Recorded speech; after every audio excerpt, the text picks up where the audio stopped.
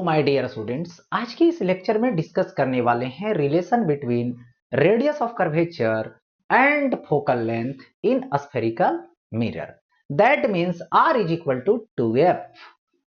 यदि आप चैनल पे पहली बार हैं तो चैनल को सब्सक्राइब कर ले और इस सेशन को लाइक कर दे। तो सबसे पहले बात करूंगा कि जो स्फेरिकल मिरर अभी हम लोग देखने वाले हैं, पढ़ने वाले हैं, जिसमें r is equal to 2f derive करेंगे, उसमें सबसे अहम जो रोल रहेगा वो स्मॉल अपर्चर का रहेगा। और जब स्मॉल अपर्चर की बात होती है तो एक रेज की बात होती है जिसका नेम है पारा एक्सियल रेज। ओके, उसी पे डिपेंड करता है। तो सबसे पहले रेज के बारे में इसमें पढ़ लेते हैं। एक होता है पारा एक्सियल रेज और एक होता है मार्जिनल रेज। पारा एक्सियल किसको कहते हैं, मार्जिनल किसको कहते हैं, ये समझ लेते हैं। सबसे पहले देखिए, सपोज कीजिए कि ये मेरे पास मिरर है, स्फेरिकल मिरर। कौन सा मिरर? स्फेरिकल मिरर में कनकेव मिरर है। कन्वेक्स भी ले सकते हैं, कोई दिक्कत नहीं है, लेकिन कनकेव बनाया हूं। कनकेव की बात पहले करने वाला हूं। चलिए ठीक है। इस कनकेव मिरर की ये रहा प्रिंसिपल एक्सिस, ये पोल रहा और ये सेंटर ऑफ कर्वेचर रहा। अब यहां से देखिए रेज जाएगी, ठीक है, आ रहा है रेज, जो क्या है, इस रेज का नाम है ए बी। और अब यहां से क्या करेंगे, ये सेंटर ऑफ कर्वेचर से इस पॉइंट पे हम नॉर्मल ड्रा करेंगे। मैंने नॉर्मल ड्रा कर दिया। अब आता है कि ये जो एंगल बनाया वो एंगल ऑफ इंसिडेंस है, जो कितना है, तो θ1 है। ओके, अब एक अदर रेज लेता हूं और वो रेज इस तरीके का है। ये रेज है जिसको बोलते हैं हम लोग सी डी, और यहां से ऐसे dot dot dot dot draw कर दिया नॉर्मल। और ये जो यहां पर एंगल बनाया, और ये एंगल कितना बनाया, तो यहां पे सपोज कीजिए θ2 बनाया। ओके, अब बताइए θ1 ग्रेटर या θ2? तो कोई भी बोलेगा θ1 ग्रेटर देन θ2।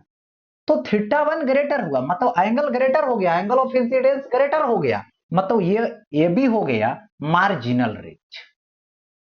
और जो CD है उसका स्मॉल एंगल बन गया, एंगल ऑफ इंसिडेंस स्मॉल हो गया, तो ये हो गया पारा एक्सियल रेज। वही बोला गया, those rays which makes a small angle with normal at point of incidence, ठीक है, and hence are close to principal axis are called paraxial rays. Close है क्योंकि जितना क्लोज होगा प्रिंसिपल एक्सिस के उतना ही एंगल स्मॉल होगा, और जितना जो है से अवे फ्रॉम होगा उतना जो है से लार्ज होगा, और वो मार्जिनल कहलाएगा। और देखिए मार्जिनल रेज के लिए अपर्चर बड़ा होगा और पैराक्सियल रेज के लिए अपर्चर स्मॉल होगा। मार्जिनल रेज वही है, the rays having a large angle of incidence are called marginal rays. ऐसे भी देख सकते हैं, सपोज कीजिए ये मिरर है और यहां पे ये मिरर हो गया, कनकेव मिरर है, मैंने बोला कन्वेक्स भी ले सकता हूं। ये क्या हो गई, प्रिंसिपल एक्सिस, इसकी पोल हो गई, और ये सेंटर ऑफ कर्वेचर हो गई। अब यहां पर हमने क्या किया, एक रेज लाया इस तरह से। तो ये जो रेज है, सपोज कीजिए ये है AP, ठीक है, ये नॉर्मल है, तो ये अभी एंगल बनाया, सपोज दैट θ1। ओके, और यहां पे एक और हमने रेज लिया ऐसे, जिसको मान लेता हूं BP, और ये एंगल बनाया जो कि क्या है, θ2। तो इसमें θ1 ग्रेटर देन θ2। तो बड़ा सा एंगल ऑफ इंसिडेंस किसका है, तो बड़ा सा एंगल ऑफ इंसिडेंस AP का है, मतलब इस रेज का है, यानी ये हो गया मार्जिनल रेज। और ये क्या हो गया, क्लोज हो गया, एंगल स्मॉल हो गया, एंगल ऑफ इंसिडेंस, तो ये हो गया पैराएक्सियल रेज। तो यहां पे जब भी हम बात करेंगे तो पैराएक्सियल रेज की बात करेंगे, अभी जो मिरर में फॉर्मूला डिराइव करने वाले हैं। ओके, तो देखिए relation between are and 2f की बात करने वाला हूं। अब यहां पर सपोज कीजिए दो मिरर में कोई भी मिरर में डिराइव कर सकता हूं, कनकेव में भी या तो फिर कन्वेक्स में, ठीक है, कनकेव में या फिर कन्वेक्स में, वो डिपेंड करेगा कि किस में कर रहे हो, उससे कोई दिक्कत नहीं है, दोनों क्या है, स्फेरिकल ही है। ओके, दोनों स्फेरिकल ही है, ठीक है। देखो, तो अब यहां पर हम बात करेंगे स्फेरिकल से रिलेटेड।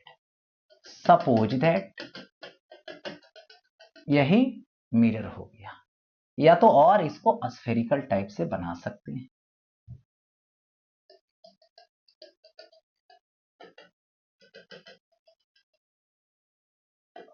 देखो ये हो जाएगा, और यहां पर थोड़ा सा ये हो गया, इसका ये सेंटर है, यानी सेंटर ऑफ कर्वेचर है। अब क्या करूंगा, यहां पर इसको इधर से पेंट कर, ये हमने मिरर ले रखा, इतना कट कर लिया पार्ट्स को। अब यहां पर इसको देखो पेंट हमने कर दिया आउटर साइड से, इनर से करूंगा तो क्या बनेगा, इनर से करता तो कन्वेक्स बनता, आउटर से किया कनकेव बना। अब देखिए ये जो है से क्या हो जाएगा, यहां पर प्रिंसिपल एक्सिस हो जाएगा, ये प्रिंसिपल एक्सिस हो जाएगा। ओके, अब देखिए यहां से एक रेज लाऊंगा, इंसिडेंट करवाऊंगा, तो ये हो गया इंसिडेंट रे। ओके, तो ये इंसिडेंट रे है जिसका नाम है ए बी। ओके, और यहां से अब क्या करूंगा, सो देखो इस तरह से नॉर्मल ड्रा करूंगा, नॉर्मल ड्रा हो गया, और नॉर्मल ड्रा होने के बाद ये जो एंगल होगा, एंगल ऑफ इंसिडेंस होगा, अब उतना ही एंगल से रिफ्लेक्शन हो जाएगी, तो यहां से देखिए रिफ्लेक्ट होगी, ऐसे आएगी और ये रिफ्लेक्ट होगी, तो क्रॉस कहां करेगी, फोकस पे। ये एंगल थीटा है तो ये एंगल भी थीटा होगा। ओके, और ये थीटा है, ये और ये दोनों पैरेलल है, तो क्रॉस किया तो अल्टरनेट एंगल से यहां पर थीटा हो जाएगा ऐसा। तो अब देखिए बात यहां पे ये करनी है कि जो पी एफ है, ओके, पी एफ है वो फोकल लेंथ होगी, और ये जो पी सी है वो क्या होगा, तो आर होगा, जिसको रेडियस ऑफ कर्वेचर बोलेंगे। हो गया ऐसा। अब देखिए यहां पे यदि हम नॉर्मल डाल दो, नॉर्मल डाल दिया तो ये क्या हो गया, नॉर्मल डी हो गया ऐसा। अब यहां से नॉर्मल डला गया। ओके, अब जब नॉर्मल डला गया तो अब देखिए बात करता हूं, ये जो नॉर्मल डाले हैं वो किस तरीके का है।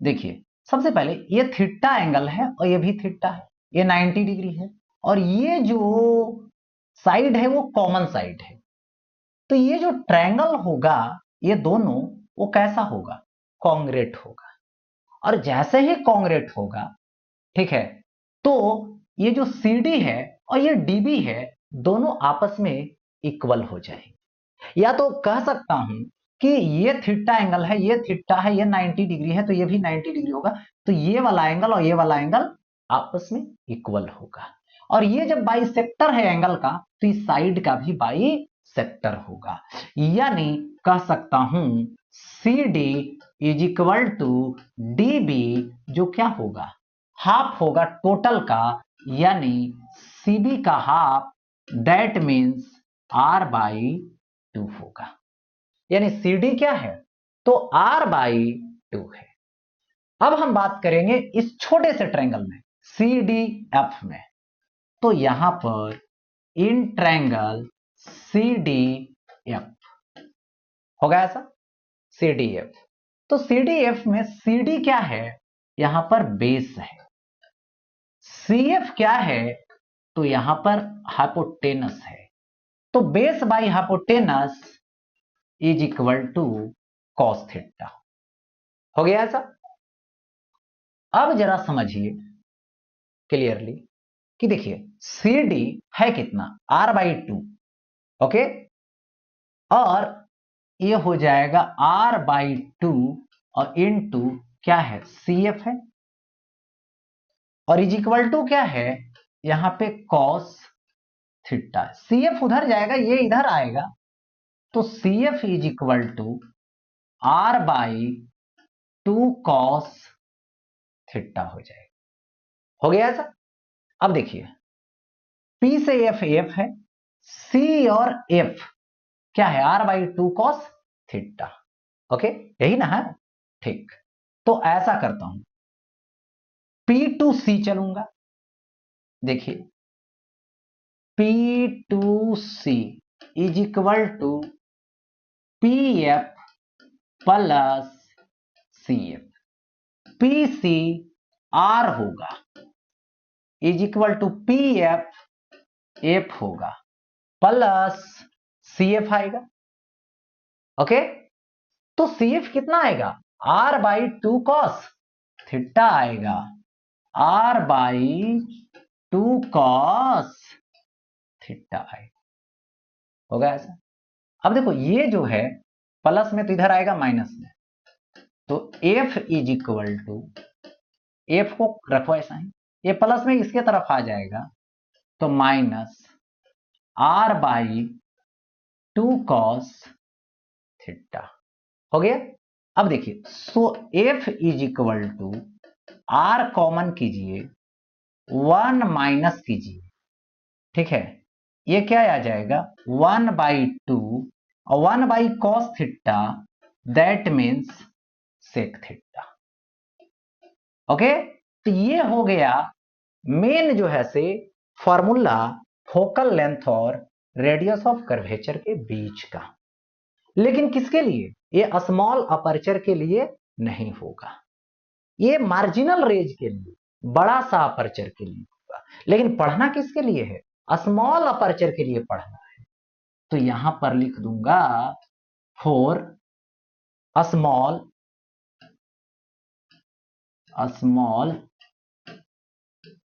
अपर्चर, तो थीटा क्या होगा, स्मॉल होगा, ओके। तो सेक थीटा टेंस टू 1 बोलिएगा, सेक थीटा टेंस टू 1, या तो कॉस थीटा टेंस टू 1 बोलिएगा। तो यहां से क्या आ जाएगा, F is equal to R into 1 minus 1/2 होगा, और सेक थीटा तो 1 होगा, तो यहां से लिख सकता हूं F is equal to R/2, या फिर R is equal to 2F, ऐसा भी बोल सकता हूं, ओके। तो इस तरीके से दोनों में रिलेशन यहां पे क्या हो गया, प्रूफ हो गया।